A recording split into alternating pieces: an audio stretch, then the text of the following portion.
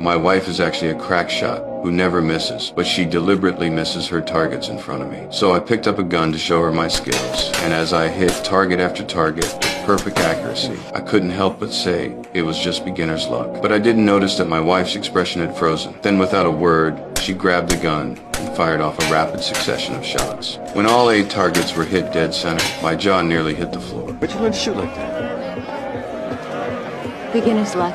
At that moment, I had no idea that my wife was actually a top-tier assassin just like me. And worse yet, we worked for rival organizations. We'd always staggered our schedules though. Whenever my wife had a job to do, I'd head to the bar to play cards and unwind, maybe take out a target on the side for some extra cash. This went on for 6 years, and neither of us suspected a thing. We were crazy about each other. But then one day, trouble came knocking. My wife and I both got a contract for the same bounty. The target was a protected witness codenamed Tank. At that moment, we had absolutely no clue we were about to become each other's worst nightmare. Soon enough, my wife arrived at the desert where the target was located. She planted bombs all along the convoy's route, just waiting for them to reach the kill zone. She thought she had it all figured out. But out of nowhere, an SUV came barreling toward her position, swerving all over the place. My wife quickly grabbed her binoculars to get a better look. The SUV did a drift and fishtail, smashing right into the trigger mechanism for the bomb. All the explosives instantly went into countdown mode. Seeing that the convoy hadn't reached the designated area yet, my wife made a split-second decision and cut all the circuits. As for that troublemaking SUV, 1 second it looked like regular tourists. The next second someone pulled out a rocket launcher from inside. My wife immediately realized I was an assassin sent by a rival organization.